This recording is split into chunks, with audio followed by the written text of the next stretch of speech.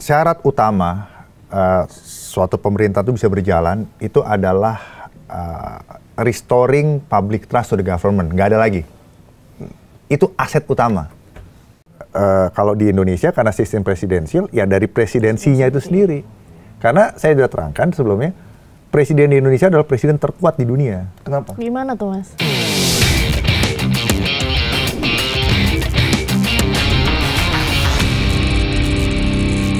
Situasi yang sekarang yang dialami pemerintahan Pak Prabowo ini kan bukan situasi yang berdiri sendiri. Yeah. Ini situasi yang berasal dari pemerintahan yang sebelumnya. Tadi Mas Wibowo bilang pilihannya cuma dua, melanjutkan yang sudah ada atau melakukan perubahan. Harapan sebagian masyarakat, kalau kita lihat mengcapture sosial media, mereka tuh berharap ada perubahan.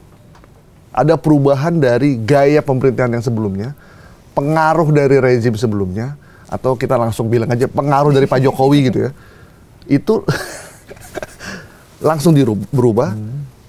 Sementara kelihatannya Pak atau pemerintahan yang sekarang tuh lebih banyak menjaga harmoni dengan pemerintahan sebelumnya.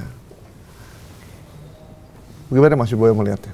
Dulu kampanyenya gimana? Keberlanjutan atau perubahan? Lanjutkan. Nah, itu kenapa ditanya ke saya?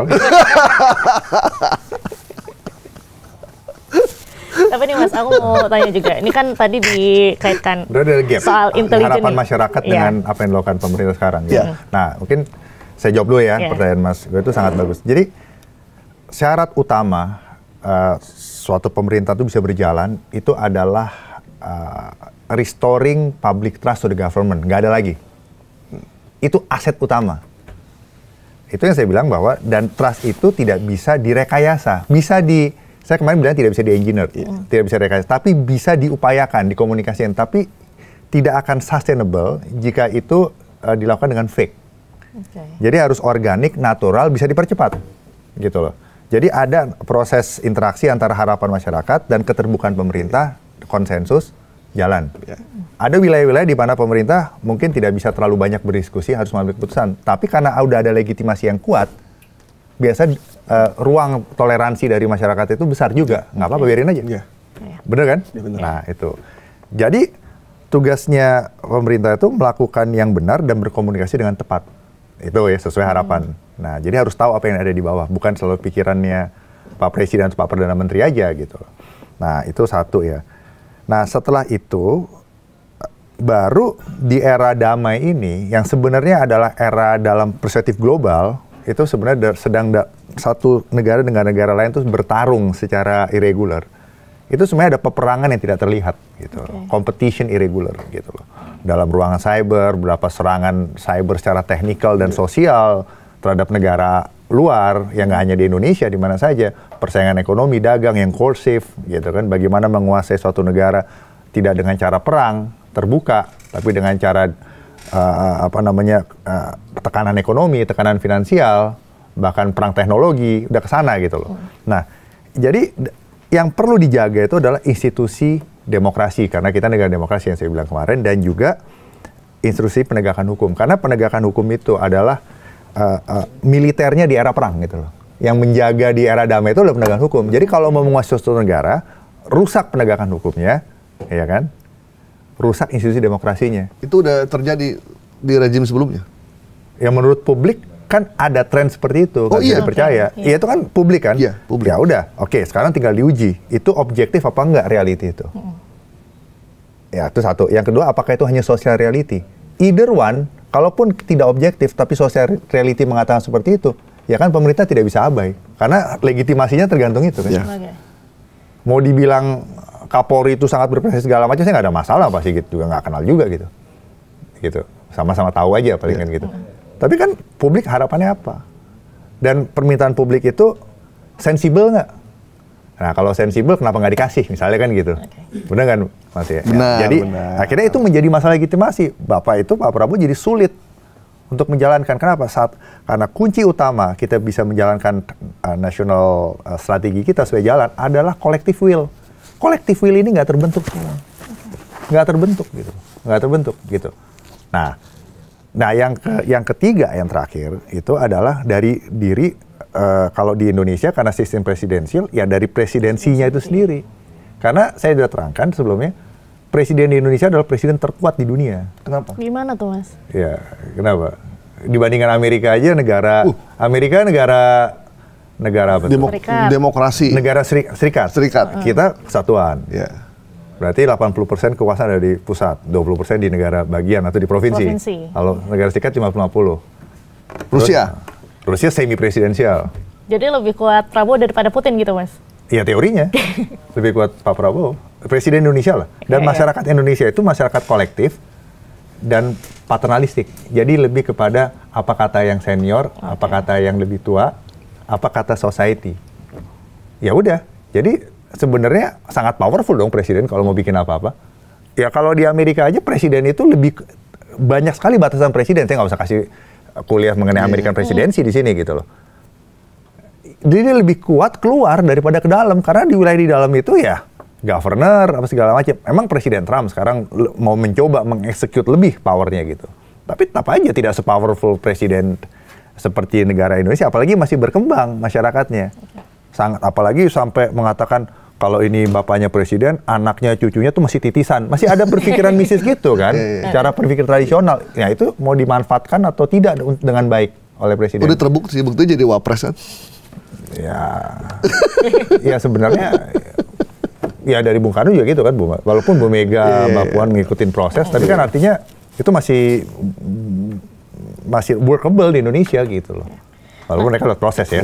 Di tengah ketidakpercayaan publik terhadap pemerintah saat ini nih, how to restore the public trust nih tadi yang dibilang sama Mas Wibowo juga. Iya, jadi pertama memang itu penting karena kalau kita lihat dari persaingan global yang irregular tadi, cara negara A untuk menguasai negara B adalah pertama, ini sebelum saya jawab itu ya caranya ya, adalah adalah pengaruhi negara tersebut, penduduk negara tersebut, gitu, supaya memberikan legitimasi terhadap pemimpin yang didukung oleh negara luar, gitu. Kira-kira begitu. Ya, nah, kira-kira gitu. Satu ya. Satu. Nah, itu satu. Yang kedua, pengaruhi dari penegakan hukumnya dan institusi demokrasinya. Sekarang pun ya saling mempengaruhi ya, maksudnya itu nggak hanya terjadi di satu negara aja, negara A dengan B, negara C juga mempengaruhi negara lain dengan begitu, gitu.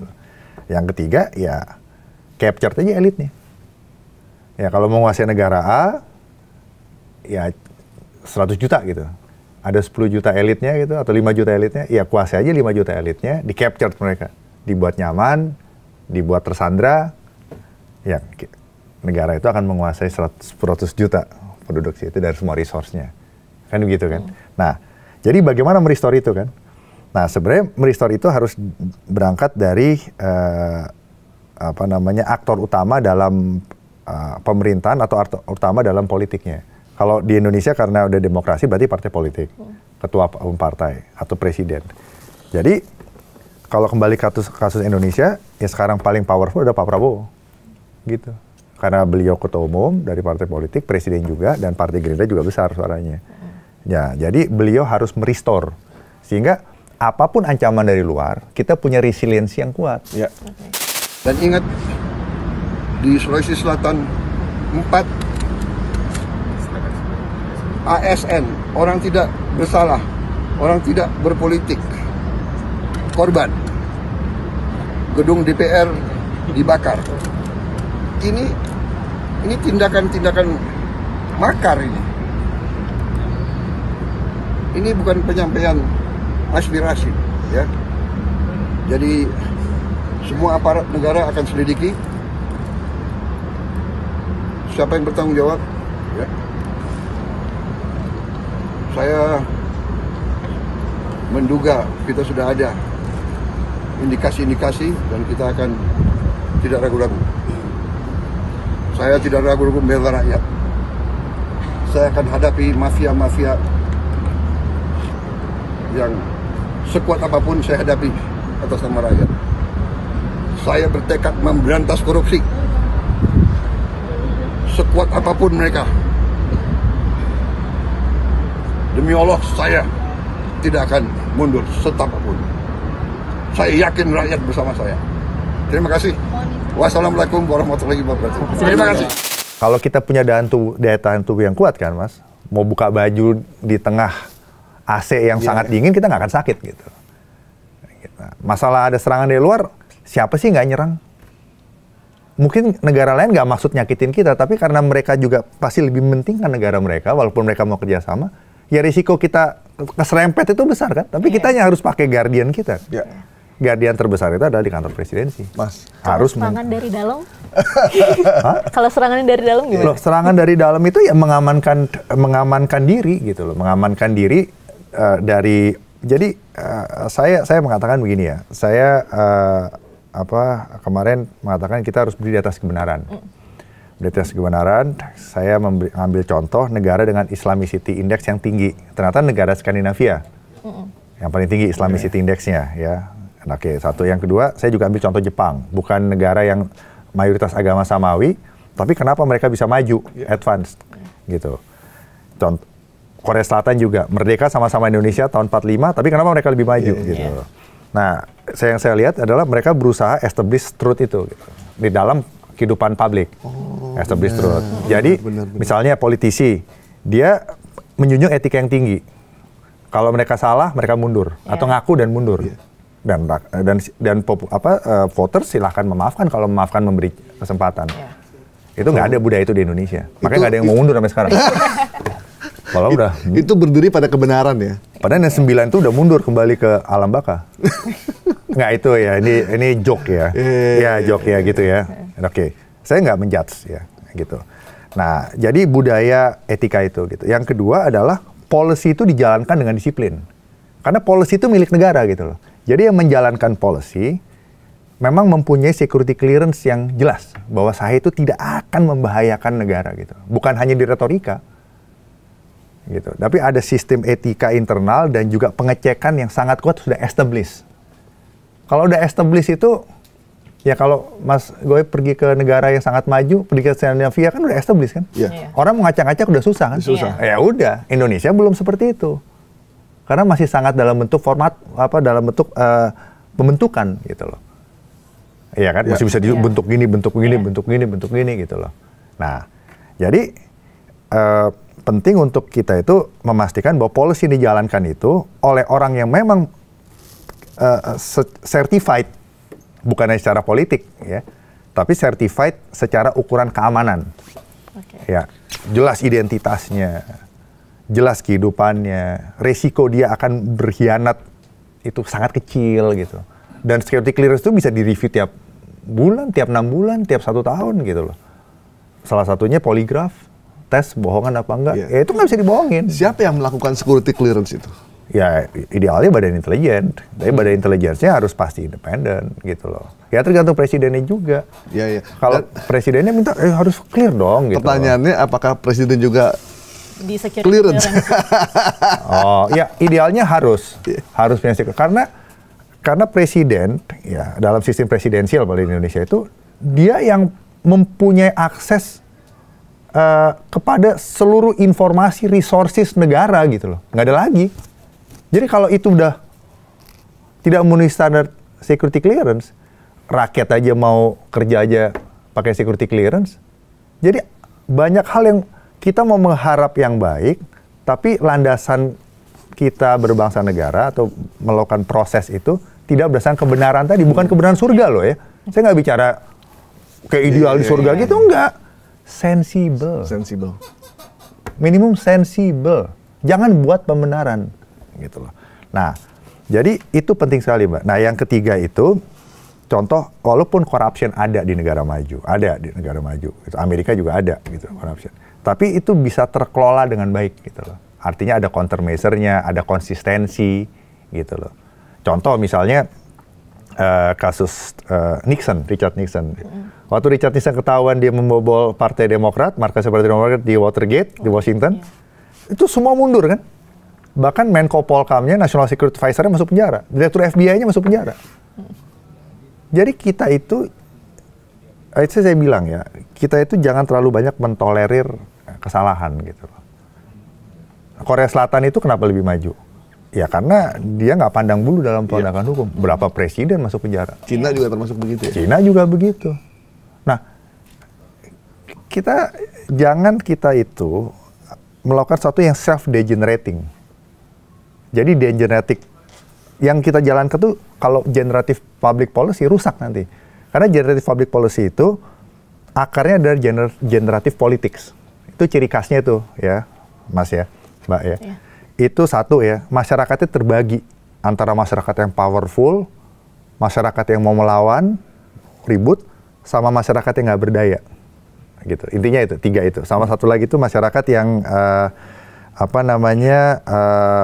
elitis juga lah. Pokoknya 2 elitis, yang satu melawan, yang satu itu tidak berdaya. Indonesia banget tuh. Ya di Papua misalnya. itu. Saya ada Jakarta Post tulisan saya. Itu karena itu objektif, negara ngambil referensi, OPM juga ngambil referensi dari saya. Ya karena saya memberikan framework yang mencerahkan semua pihak. Gitu. Mas, dari penjelasan Mas Wibowo tadi. Satu lagi. Oh, iya. Satu lagi, informasi itu diberikan secara manipulatif, terbuka tapi tidak transparan tapi tidak truth. Nah, gitu loh. Transparan tapi tidak truth. Ya, oke, tidak truth based yang akhirnya sifatnya eksploitatif. Gitu loh. Selalu ada kelompok elitis dan ada kelompok yang melawan dan ada kelompok yang membuat perubahan, satu lagi saya lupa itu, ya. Itu biasanya selalu berbenturan dengan yang status quo, satu lagi yang udah nggak berdaya. Tidak berdaya. Nggak berdaya itu. Nah sekarang yang nggak berdaya itu semua keluar, gitu kan? Ya, karena kemarahan yang sudah tengah terbendung, gitu. Jadi ikut melawan. Nah ikut melawan. Nah jadi outcome-nya adalah degeneratif itu apa sih Mas? Memakan diri sendiri, gitu. Nah saya pernah masa muda saya gitu. Saya banyak bergaul dengan kepala BIN. Nah, Pak Herindra nih kalau lihat nih. Bang, masih muda ya? Bang Herindra nih kalau sahabat saya yang muda saya bilang, Wanto katanya dulu, manggil saya Wanto gitu. Nah Bang, kita itu jangan jadi bangsa yang makan daging sendiri gitu. Saya ingat tuh beliau ngomong gitu. Tapi saya telepon apa enggak abis ini saya nggak apa-apa. Ajak ngopi. Ya sekarang beliau paling tahu apakah kita sedang memakan badan kita sendiri, daging kita sendiri.